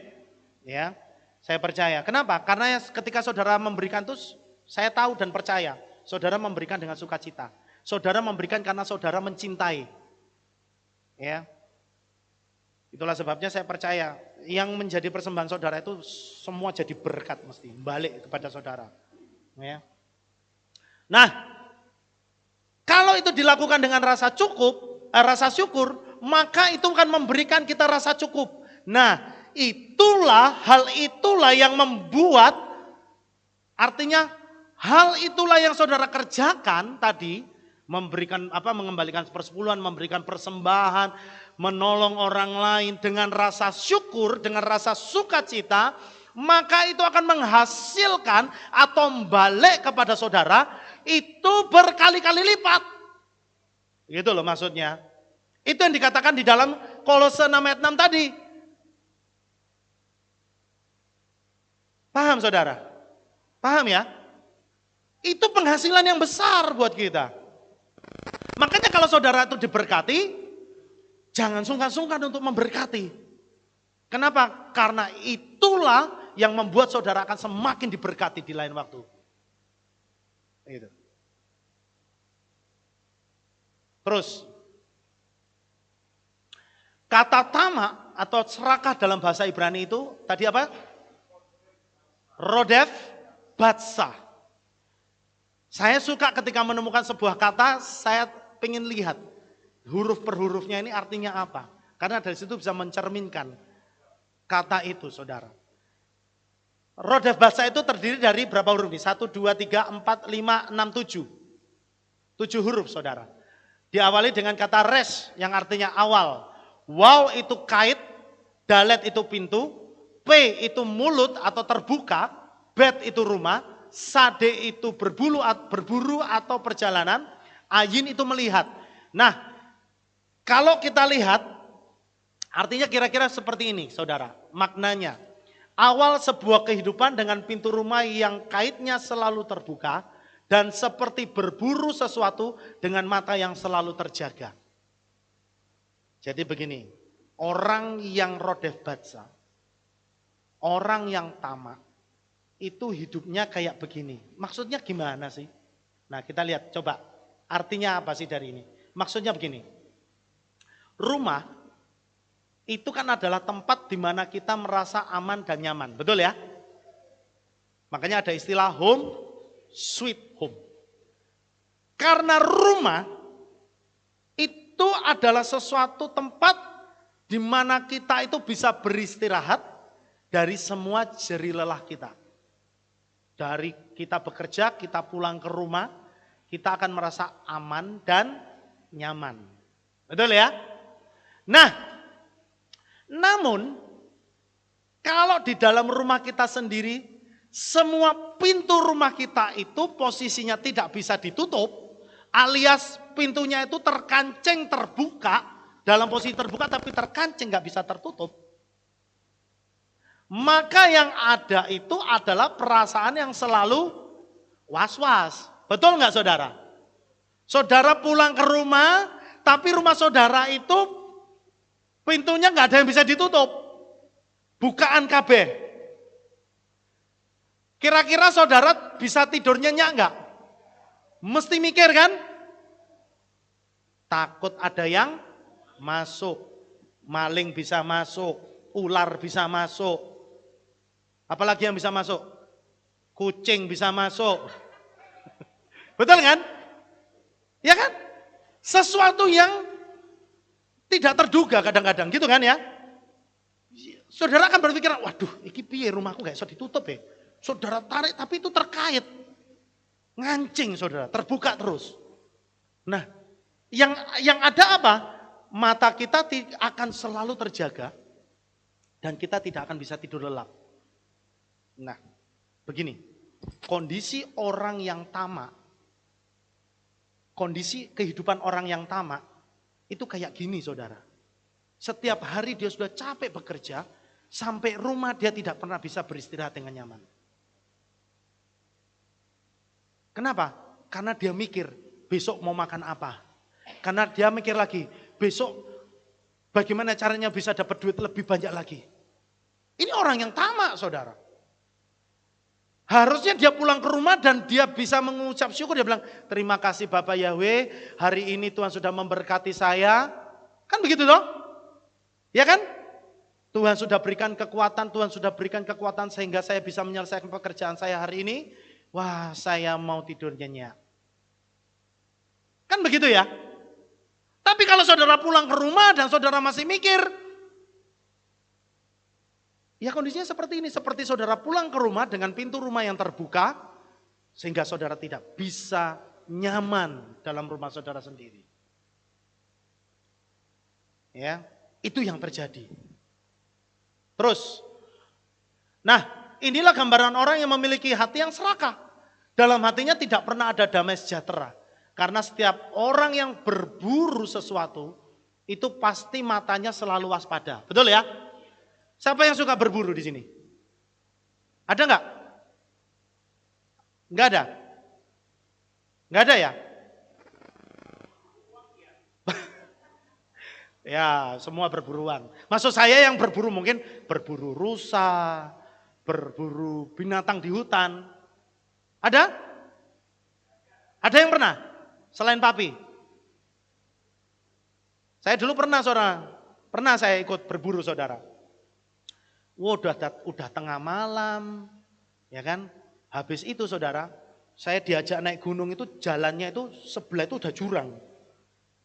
Untung saya nggak terlalu lihat waktu itu, ya kan? Jadi gelap, podo-podo gelap. Cuma saya dibilangi sama tour guide-nya itu, guide-nya itu. Pak, kalau jalan pokok nempel sebelah kanan ya. Iya, ojo sampean ngiwo, Pak. Gitu. Lho apa lek ngiwo? Wis pokoknya nempel kanan, Pak. Nggih. Jadi saya itu jalan begini saudara, sambil meraba-meraba gitu ya. Mata saya, kalau saya jalan begitu, mata saya kira-kira merem gitu atau tak nikmati gitu atau melek begini kira-kira. Hah? Melek mesti ya kan? Waspada, ada apa di sebelah kiri saya? Tak lihat, waduh, lah kok jeru saudara. Begitu. Orang yang berburu mesti matanya jelalatan saudara. Nah kan betul ya? Nggak ada orang yang berburu. Nggak ada. Ya kan? Semua pasti matanya jelalatan. Ya kayak gitu. Oh, artinya selalu waspada gitu. Selalu, apa artinya? Berjaga-jaga gitu. Ya kalau dalam konteks berburu oke. Tapi kalau itu saudara praktekkan dalam kehidupan sehari-hari, nyaman nggak hidup kayak gitu? Hah? Nggak nyaman. Ya. Tapi itu orang yang hatinya tamak, serakah, itu selalu ditutupi dengan begitu, saudara. Terus, ketamakan itu menghilangkan kesempatan untuk kita bisa menikmati hidup. Saya ulang-ulang ini kata, saudara. Lukas 12 ayat 15, dan dia berkata kepada mereka, waspadalah dan berjaga-jagalah terhadap ketamakan.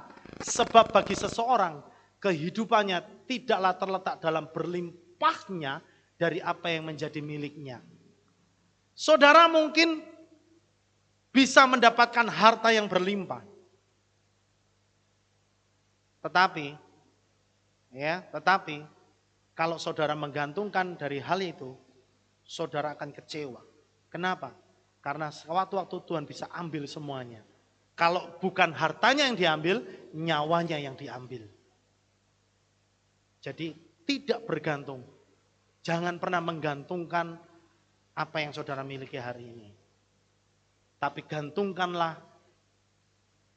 andalkanlah kekuatan saudara, andalkanlah kekayaan saudara itu hanya kepada Bapa Yahweh. Amin. Ya. Terus Ayub 20 ayat 21 mengatakan, tidak ada seorang pun luput dari keserakahannya. Karena itu kemujurannya tidak akan terus. Jadi saudara, Bapa Yahweh itu akan membuat orang tamak dan kikir tidak memiliki karunia untuk menikmati hasil kekayaannya. Ya, saya katakan orang yang tamak dan kikir itu tidak akan pernah memiliki karunia untuk menikmati kekayaannya. Jadi pagi hari ini saudara harus bersyukur, saudara perlu bersyukur seberapapun kekayaan yang saudara miliki, selama itu saudara bisa nikmati, ya, itu adalah karunia. Amin. Amin saudara. Ya. Saya pernah kehilangan indera penciuman. Dulu, bukan zaman Covid ini saudara. Kalau zaman Covid ini, wah saya bisa langsung diisolasi saudara ya. Iya di Covidin. Dulu kira-kira tahun 2004 kalau nggak salah, 2005. Saya pernah kehilangan indera penciuman itu hampir 1 tahun. Jadi saudara bisa bayangkan, saya mau makan apapun itu nggak bisa enak saudara. Yang ada itu cuma rasa asin, manis. Tapi aroma-aroma harumnya masakan itu nggak bisa saya nikmati. Padahal salah satu yang membuat orang bisa doyan makan itu kalau dia bisa mencium aroma makanan itu, betul ya? Betul nggak saudara? Ya, makanya saudara kalau kadang-kadang lewat Di mana gitu saudara, wah mambune kok enak ya, marahi ngele. Nah, padahal saudara belum lihat itu makanannya, betul ya? Betul ya? Tapi begitu saudara, kok harum ya, kok enak ya, apa ya? Ini kayaknya kayak ayam goreng. Gak taunya saudara, pupuk kandang dibakar. Aduh, ya kan? Wah, payah sudah. Koslet hidungnya kalau kayak gitu. Ya. Jadi saudara, kita itu perlu bersyukur, gitu loh maksudnya. Ya. Kalau saudara bisa menikmati hasil yang saudara miliki saat ini, itu karena Tuhan kasih karunia buat saudara untuk menikmati. Ada berapa banyak orang punya duit sampai triliunan, tapi mereka tidak bisa menikmati. Saya melihat ada orang kaya saudara di Magelang sini. Di Magelang sini, saya tidak perlu sebutkan siapa. Tapi saya tahu, karena saya juga mendengar dari beberapa sumber. Dan sumbernya bisa terpercaya. Orang yang kaya luar biasa. Tapi tiap hari cuma mikirin apa? Utang. Setiap hari. Setiap hari saudara. Saudara mau punya harta 1 triliun, tapi utang saudara 2 triliun. Halo?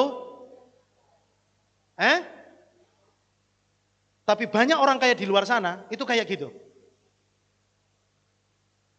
Hartanya 1 triliun, tapi utangnya di bank itu 2 triliun. Jadi yang ada adalah cuma mikir gimana caranya bayar utang. Itu salah satu bentuk orang kaya, tapi dia tidak pernah bisa menikmati kekayaannya. Dan saudara pilih, punya uang 10 juta, tapi saudara bisa nikmati. Saudara pilih mana? Yang pertama apa yang kedua? Yang kedua ya? Kalau saya pilih yang ketiga. Punya uang 2 triliun, bisa tak nikmati. Ya, jadi harus gitu saudara ya. Jangan cuma punya uang 10 juta. Tapi saudara harus punya visi, punya uang 2 triliun gitu. Mau saudara? Mau nggak saudara? Kalau punya uang 2 triliun kira-kira mau buat apa? Om Hancong kira-kira mau buat apa om? Bangun rumah 2 triliun. Wah, salah lapangan sepak bola om. Terlalu komplang-komplang om. Ya. Jadi saudara pagi hari ini saya mau ngomong gitu loh. Ayo, jangan pernah kita terjebak oleh ketamakan kita. Tuhan sudah siapkan berkat yang khusus buat saudara.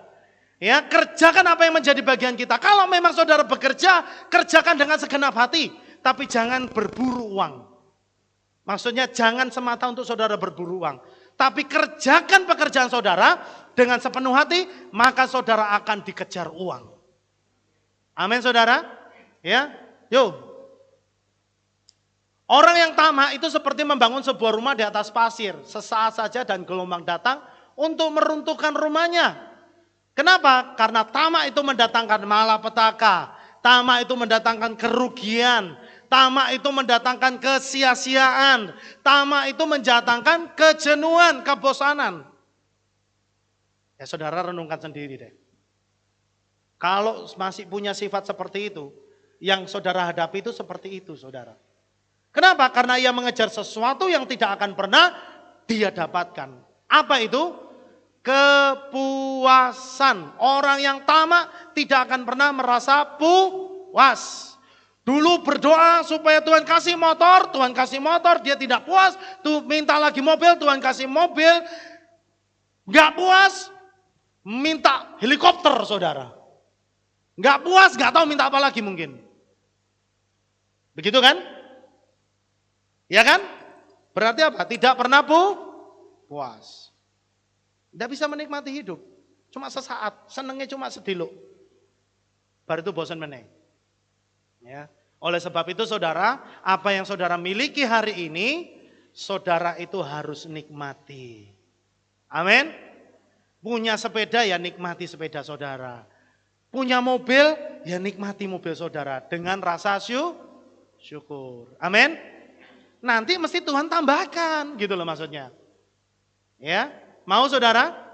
Terus, berapa banyak kita tidak sadar kalau kita itu cenderung serakah atau tamak. Cari uang tanpa kenal waktu. Ibadah ditinggalkan buat cari uang. Pelayanan ditinggalkan buat cari uang. Bahkan kebersamaan dengan keluarga dikorbankan hanya untuk cari uang. Berarti saya nggak boleh bekerja dong? Ya boleh. Tapi jangan sampai saudara melakukan yang begini. Orang bekerja tetap ada waktunya. Tapi jangan sampai waktu untuk Tuhan, waktu untuk keluarga saudara tinggalkan untuk saudara gantikan dengan cari uang. Gitu loh maksudnya. Ya. Amin saudara. Ya. Terus. Nah, saudara tahu cerita kisah Ananias dan Safira? Kisah para Rasul 5 itu menceritakan sepasang suami istri yang punya komitmen untuk jual tanahnya dan diberikan seluruh hasilnya untuk Tuhan.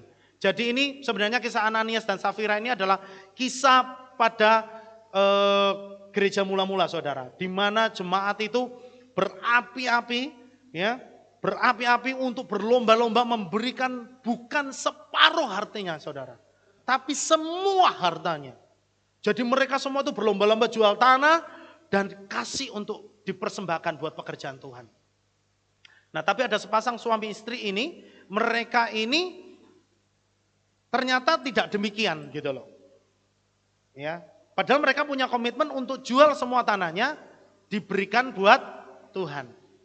Tapi rupa-rupanya ada yang maksudnya gini, mereka itu eman gitu. Mereka belum mampu gitu karena eman. Gak bisa kasih semua. Jadi ditahan. Nah padahal komitmen mereka adalah memberikan semua. Makanya ketika mereka mempersembahkan, ya, ketika mereka bawa itu persembahan di hadapan Tuhan, ketahuan saudara. Iya ketahuan. Waktu itu siapa sih yang ngomong, saya lupa ya. Si Rasul Petrus, betul. Rasul Petrus ngomong gini, loh kamu kok bohong sama kita sebagai manusia. Kamu bisa bohong sama kita, tapi kamu gak bisa bohong sama Tuhan. Hasil penjualan tanahmu kamu tidak berikan semua. Dan saat itu juga ketika Rasul Petrus selesai berbicara, suaminya mati, blek, langsung hilang nafas. Dan istrinya juga menyusul, blek mati. Jadi maksudnya keserakahan itu, ya, kalau kita sudah punya komitmen sama Tuhan dan saudara ingkari, hati-hati saudara. Hati-hati. Hati-hati. Karena itu kita mempermainkan Tuhan namanya. Jangan sampai kita mempermainkan Tuhan. Amin. Kalau saudara punya komitmen, sekarang ini mungkin saudara punya komitmen. Oh nanti kalau aku diberkati Tuhan, aku mau mempersembahkan 50%. Begitu diberkati, jebret. Saudara ngitung. Aku sekarang punya dapat cuan 10 M. Buat persembahan 50% berarti 5 M. Oh gede yo. Waduh, eman-eman. Wis tak kurangi aja lah. Wis Tuhan jangan 50%, kayak normal-normal aja lah 10%. Itu saudara sudah mempermainkan Tuhan. Ya, saudara sudah mempermainkan Tuhan. Jadi jangan pernah bermain-main dengan komitmen kita. Nah, ketamakan itu yang membuat kita itu kadang nawar sama Tuhan. Ingat kisah Ananias dan Safira, saudara. Ya, jadi ketamakan itu mendatangkan malapetaka. Terus, nah ini ada kisah nyata, saudara. Ini cerita sedikit. Ada kisah nyata gini. Ini di Magelang. Ini di Magelang, saudara. Ya ini sepele sih, saya pikir. Tapi ini jadi inilah, jadi apa namanya, bahan perenungan buat kita ya. Ini nama-nama yang tersebutnya nama-nama samaran ya. Kisah ini nyata dan terjadi di sebuah desa di Kabupaten Magelang. Sebutlah namanya Man. Bukan Pak Man ya. Bukan. Tapi namanya ini Man. Seorang yang gigih sejak muda. Karena kegigihannya itu, Dia akhirnya punya toko yang terbesar di desanya. Nah, suatu ketika toko milik Man ini tutup selama berhari-hari. Orang-orang kebingungan karena Man juga tidak terlihat. Setelah diselidiki ternyata Man itu masuk rumah sakit. Terus, kenapa? Kok bisa? Jadi ceritanya gini saudara. Man yang sudah berkecukupan itu ingin menambah pendapatan. Bukan Man yang berkekurangan loh ya. Man yang sudah berkecukupan itu masih kepingin menambah pendapatan. Ya boleh-boleh saja. Dia ikut bekerja di pengusaha ayam potong namanya Gun. Bukan Pak Gun. Ataupun Koh Gun. Bukan ya. Ini hanya nama samaran. Man bangun tengah malam untuk menyembelih dan membersihkan ayam potong sampai hampir subuh. Pekerjaan itu dilakukan selama beberapa bulan. Nah, penghasilan bersih Man itu bisa melebihi PNS golongan 4, saudara. Saya nggak tahu kalau PNS golongan 4 itu gajinya berapa sekarang? Gaji pokoknya. 5 juta kira-kira? Lebih ya? Mungkin lebih ya? Halo? Nggak ada yang tahu ya? Hah? Coba saya dikasih bocoran berapa? 5 sampai 6 juta, golongan 4. Golongan ABC. Berarti C itu golongan 3. Atau gimana?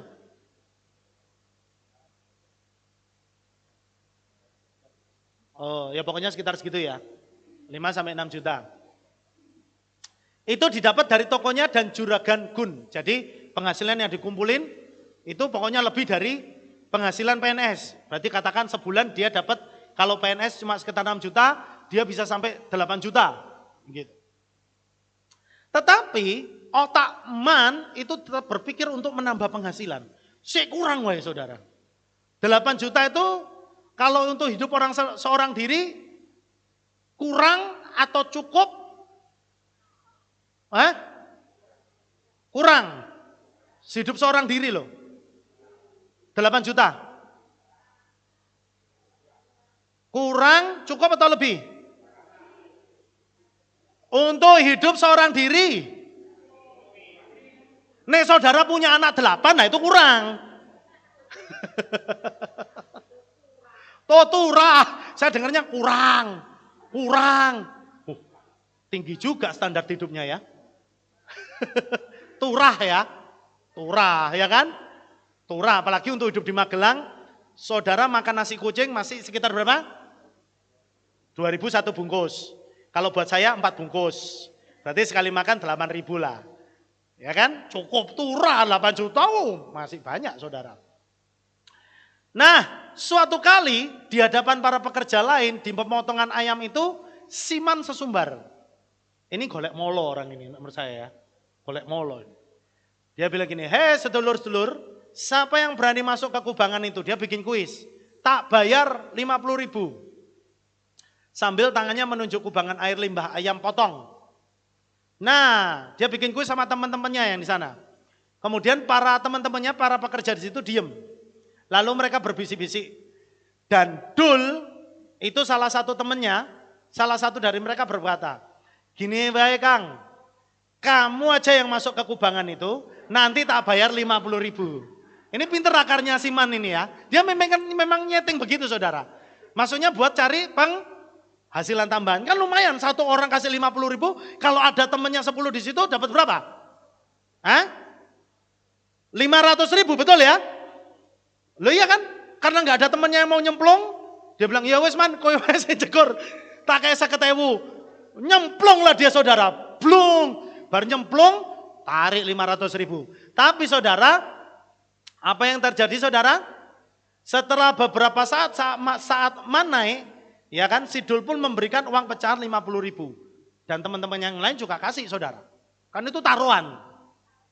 Terus sesampainya di rumah, Man bercerita pada orang dan sesumbar.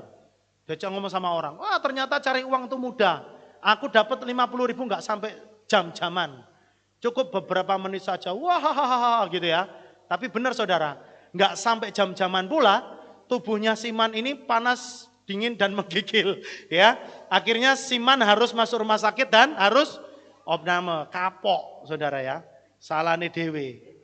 Iya kan? Ini namanya orang golek molo.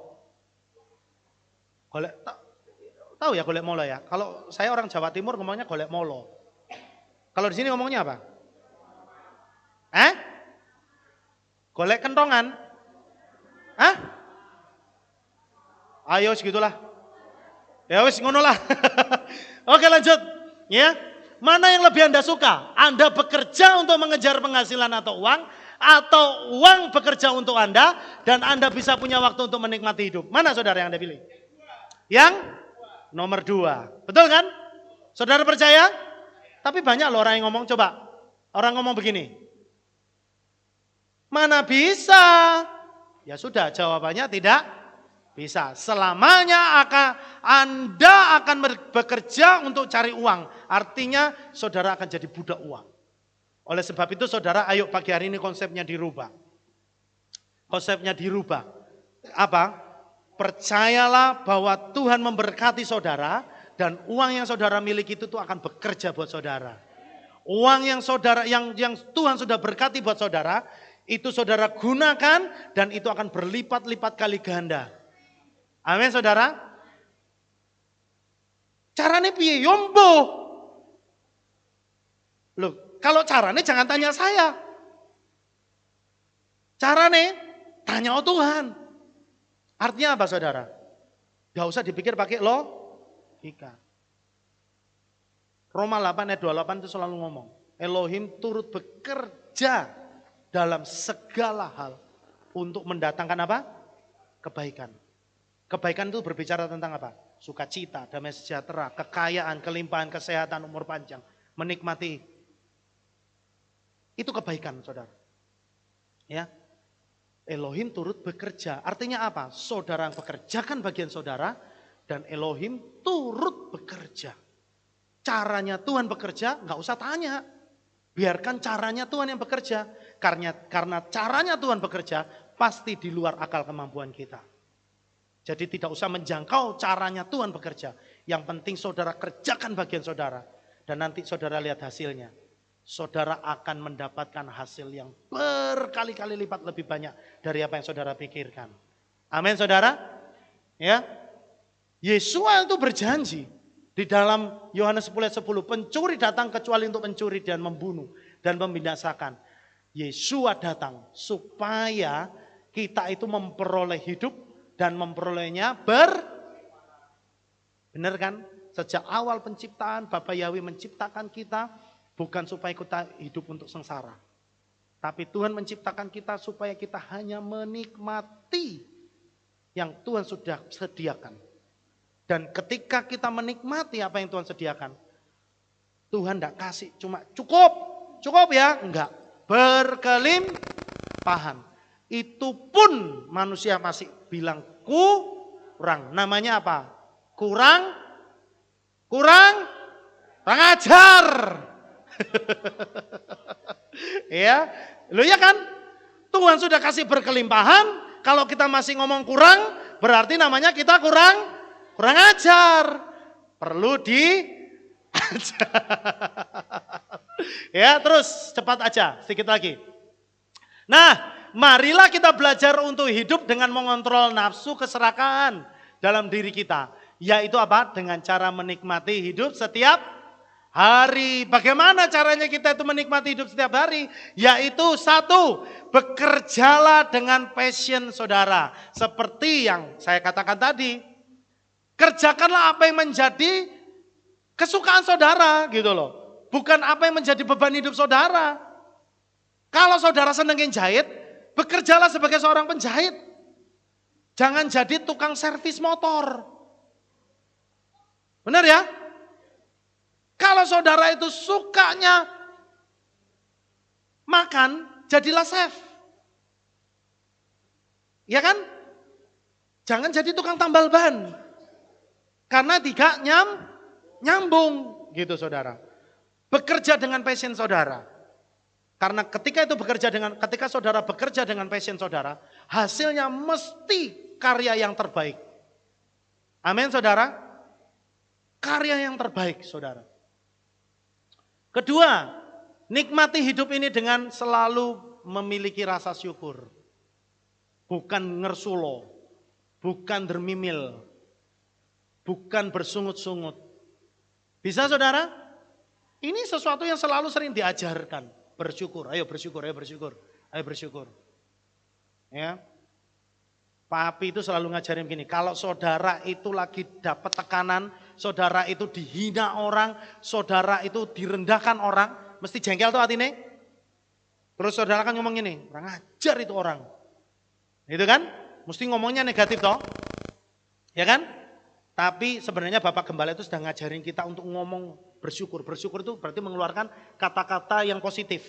Saya kalau tahu saya dihina orang atau saya direndahkan orang lain, saya mesti ngomong, ora apa-apa, aku wong sugih, meskipun itu enggak ada hubungannya dengan ejekannya dia. Ora apa-apa, aku wong sugih, duitku miliaran. Wis. Sekarang memang belum ada. Tapi saya percaya pasti ada. Amin. Sing penting ngomong dhisik. Betul ya? Tapi berapa banyak orang di luar sana ketika mendapat hinaan terus ngomong, "Yo, pancen aku orang duwe. Yo, aku memang wong melarat. Yo, ya sudah, jadilah." Makanya kan Papi selalu ngomong, dibalik saudara. Nah sekarang tak balik. Gitu saudara. Saya sekarang tak balik. Iya, pancen aku wong sugih, duitku akeh. Aku wong sehat, umurku dawa. Ya kan?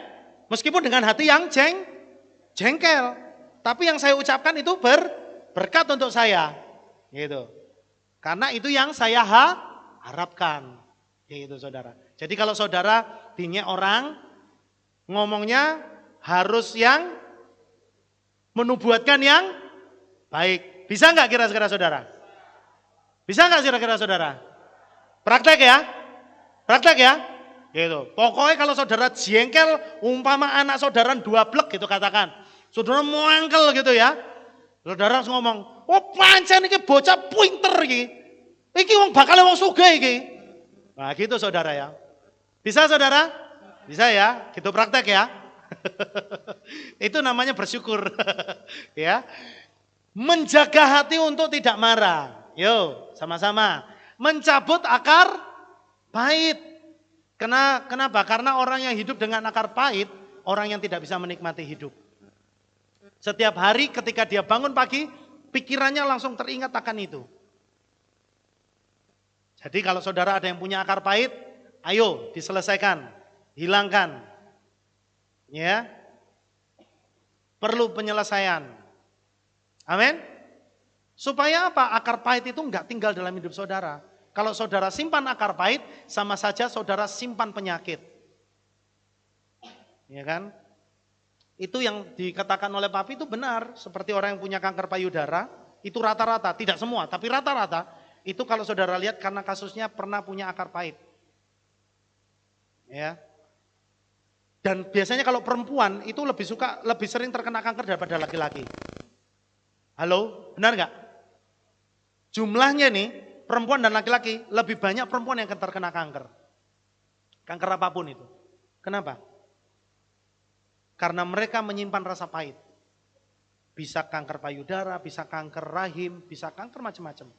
Ayo, makanya ibu-ibu, ya, mulai detik ini, kalau punya kepahitan sama suami saudara, selesaikan. Mau? Enak aku sing disakiti, aku sing nekani. Loh, memang kayak lagu. Kau yang memulai, kau yang mengakhiri. Kayak lagu ya saudara. Gak usah begitu. Saudara itu mau saudara yang salah atau saudara yang benar, yang namanya suami istri itu tidak ada yang salah satu.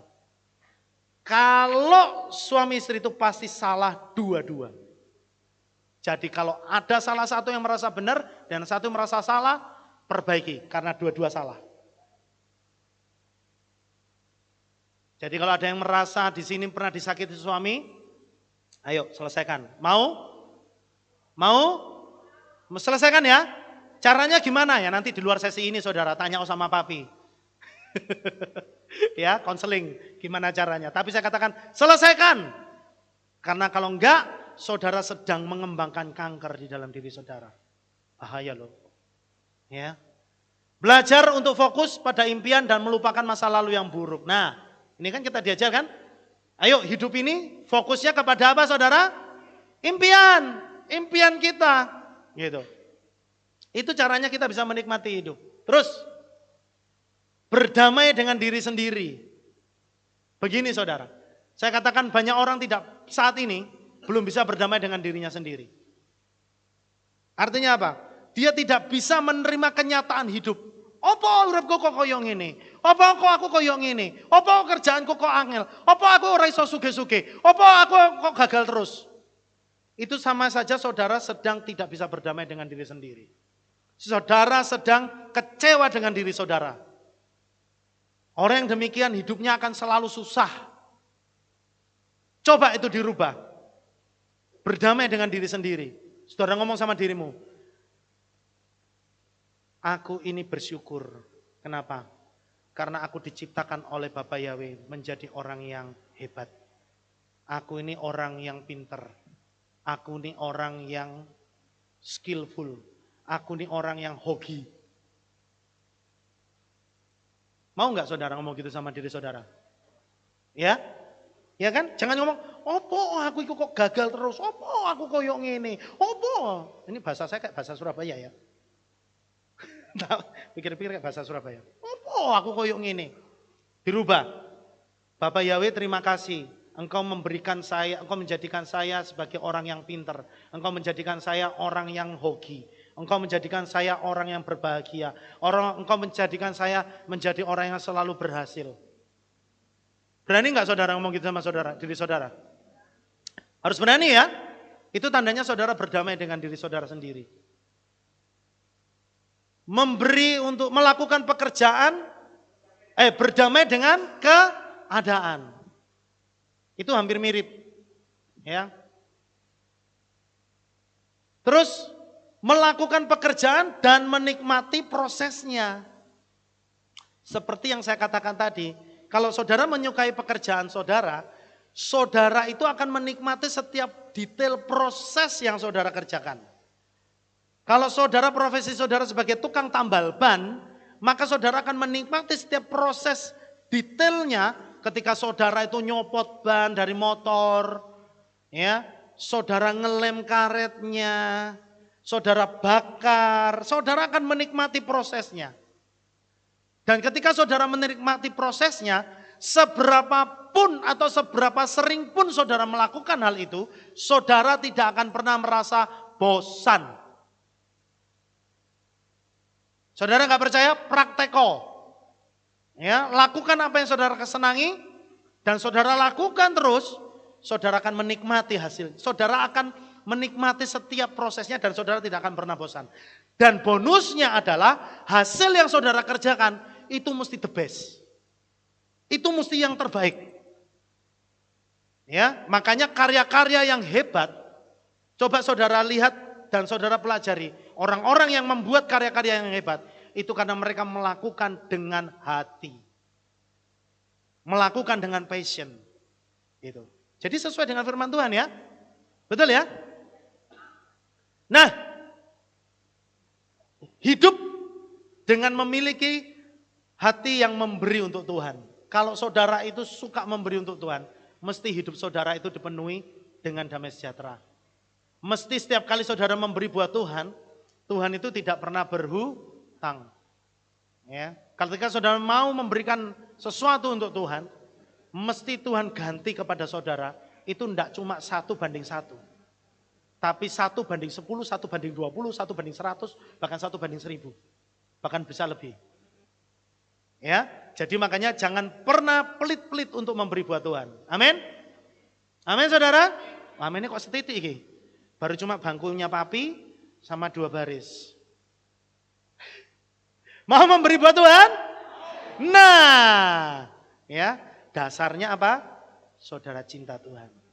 Bukan dasarnya supaya saudara dapat balasannya. Amin. Kalau dapat balasannya pasti. Yang penting saudara cinta dulu sama Tuhan. Dan yang terakhir, saudara coba deh praktek, mau berbagi dengan sesama yang membutuhkan. Mesti ketika saudara itu memberi, hati saudara itu akan diberikan kebahagiaan. Orang yang memberi itu artinya mesti bahagia. Ya. Kalau memberinya dengan sukacita. Ada kan orang memberinya, pen. Ya itu enggak sukacita, saudara, enggak jadi berkat ya. Tapi kalau saudara memberinya dengan perasaan syukur, itu mesti hati saudara bergetar. Nah kalau sudah bergetar, itu siap-siap. Saudara akan dapat balasannya yang gede dari Bapak Yahweh. Amin saudara. Jadi firman Tuhan pagi hari ini, ya pesannya adalah, yuk saudara jangan terjebak di dalam hidup yang penuh dengan keserakahan. Ya, karena keserakahan itu akan membuat saudara tidak bisa memiliki karunia untuk menikmati hasil kekayaan yang Tuhan beri. Tapi saudara harus balik. Biarlah kekayaan yang Tuhan yang Tuhan beri buat saudara, saudara pakai itu untuk bisa menjadi berkat buat orang lain dan pekerjaan Tuhan. Mau saudara? Bapak Yahweh memberkati saudara sekalian. Amin. Mari kita sama-sama berdoa. Terima kasih Bapak Yahweh. Kami mengucap syukur Tuhan, biarlah pagi hari ini firman Tuhan yang sederhana Tuhan taruh di dalam hati kami. Kami mau Tuhan menjadi pelaku Torah-Mu ya Bapa.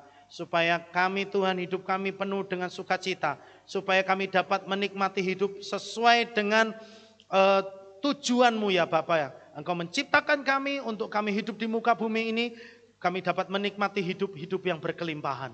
Terima kasih Bapak Yahweh memberkati firman-Mu, memberkati jemaat-Mu mereka yang hadir, dan mereka yang live streaming dimanapun mereka berada Bapak. Biarlah kami tetap menjadi orang-orang yang setia kepada Engkau, dan selalu orang-orang yang dapat memberkati sesama kami.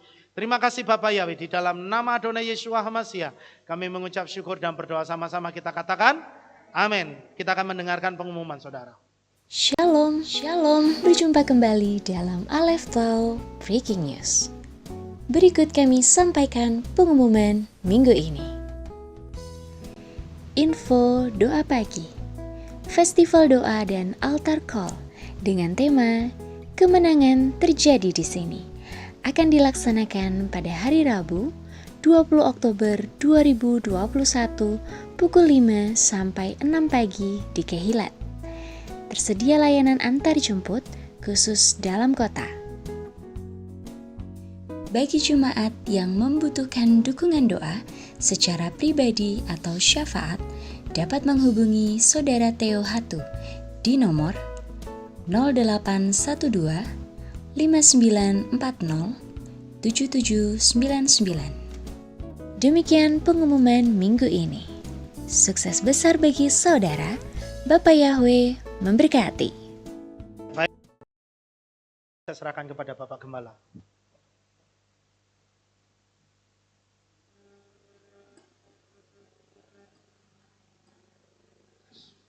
Ya, kita akan dengar pengumuman tambahan, saudara-saudara. Sebelumnya saya akan sedikit memberi koreksi untuk khotbahnya Pak Jameson tadi tentang cerita saat di Las Vegas orang dikasih koin saat masuk ke tempat judi. Itu bukan seperti itu, tetapi saat kita makan, kita diberi voucher untuk main judi. Ya, jadi makanannya murah, kita dikasih voucher untuk bisa main judi, jackpot, saudara-saudara. Nah itu untuk pemancingan sebetulnya. Itu yang saya sedikit koreksi. Kemudian untuk pengumuman pagi ini, telah pulang ke rumah Bapak Yahweh, yaitu Bapak Markus Sukarman, usia 73 tahun, meninggal hari Jumat tanggal 15 Oktober kemarin, ya jam 21.15, dan telah dimakamkan kemarin pada hari Sabtu tanggal 16 jam 1 siang di Candi Nambangan. Baik saudara-saudara, ini yang saya umumkan. Kita akan akhiri kebaktian kita. Saya mengundang jemaat Tuhan kita bangkit berdiri. Kita akan tutup di dalam doa. Terima kasih Bapak Yahweh, selesai sudah ibadah kami dari awal pertengahan sampai pada akhirnya. Sebentar lagi anak-anak-Mu akan kembali pulang ke rumah mereka masing-masing. Kami mohon Engkau jaga, lindungi, peliharakan mereka semua sampai di rumah dengan selamat. Tutup bungkus dengan kuasa-Mu ya Tuhan. Pertemukan kembali pada jam-jam ibadah mendatang di dalam ikatan tali kasih-Mu. Terima kasih ya Bapa Yahweh, inilah doa syukur yang kami naikkan kepadamu. Di dalam nama Adonai Yeshua HaMashiach kami sudah berdoa. Mari kita angkat tangan kita dan kita akan menerima berkat Kohanim.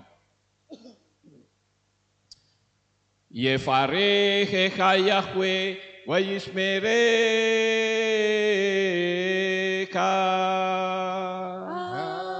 Amen. Ken yehirotza. Yair Yahweh panau eleka. Wihuneka.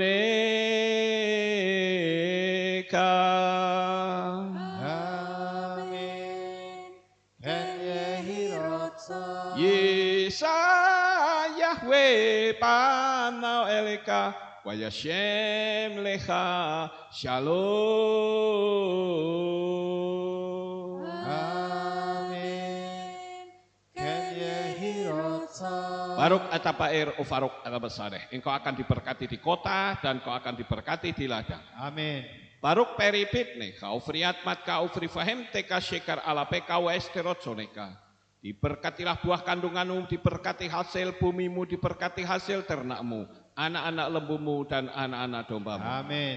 Barukkan akau misyarteka, diberkatilah bakulmu dan tempat adonanmu. Amin.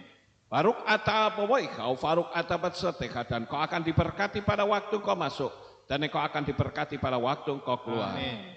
Baruk ata Yahweh Eloheinu melek haolam. Besem Yeshua HaMashiach berruah hakodes kile olam faed. Kami sudah berdoa dan mengucap syukur. Haleluya.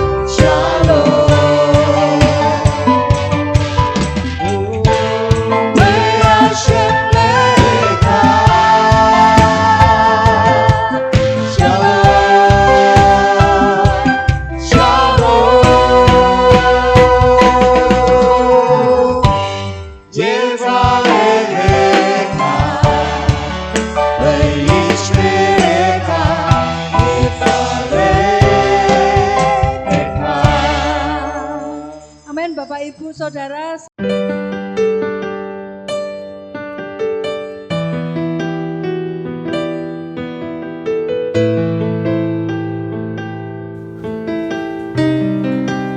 Segala pujian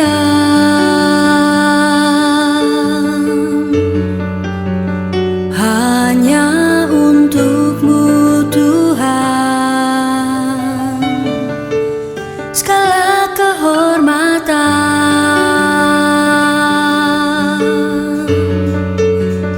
juga punya-Mu Tuhan.